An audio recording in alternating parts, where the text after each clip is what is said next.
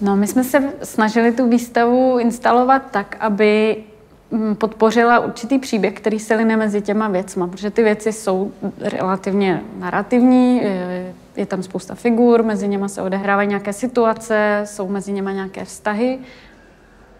Na téhle výstavě, přestože to právě otvírají postavy žen, tak si myslím, že se tam potom dál jako line i nějaký narrativ nebo příběh související s tím, co zažívá ve společnosti.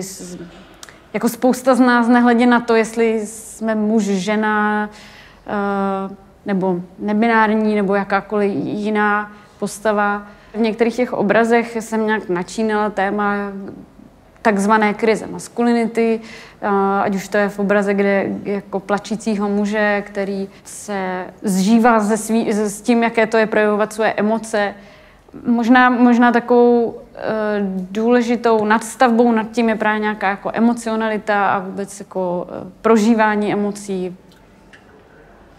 Potom jdeme do další fáze výstavy. Ty obrazy, které v ní jsou, se týkají víc nějakých společensko-politických témat. Jde tam o nějaký typ vztahu, který já vnímám jako obecně řečeno jako nějakou třídní problematiku nebo tématiku.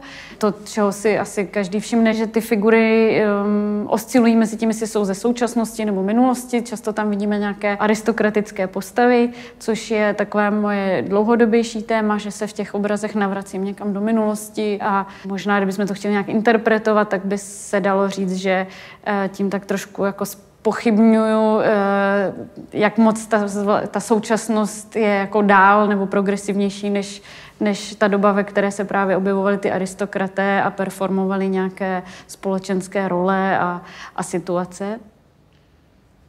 Ten závěr výstavy, který vznikal někdy kolem února, března letošního roku, kdy samozřejmě asi na nás všechny působily zprávy a to, co se jako dostávalo do médií. A samozřejmě tím myslím jako jednak válku, ale i jako nějaké obecné ohrožení, které jsem zažívala jak jako na vlastní kůži, ale i jako jsem cítila, že ta společnost začíná mít jako hrozně hmatatelný strach. A kromě těch děsivých globálních zpráv na mě hodně působilo a dál působí, a to je jako něco, co v těch věcech určitě chci řešit, je jako nějaký jako strach o nějakou jako každodennost, kterou jsme si představovali jednodušší, než je. Navzdory tomu, že ta moje tvorba je někdy trochu debka, tak si myslím, že jsem vždycky měla a i trochu mám nějaký typ vlastního humoru, kterým se já sama za sebe jako bavím, kdy nějaký typ třeba právě těch třídních nebo společenských nerovností zobrazuju způsobem, kterým se jako dokážu třeba povznést na to samotné téma. Já si nerada jako romantizuju nebo nějak jako idealizuju umělecký svět, protože je to jako komplikovaný svět, je hodně uzavřený a je hodně elitářský.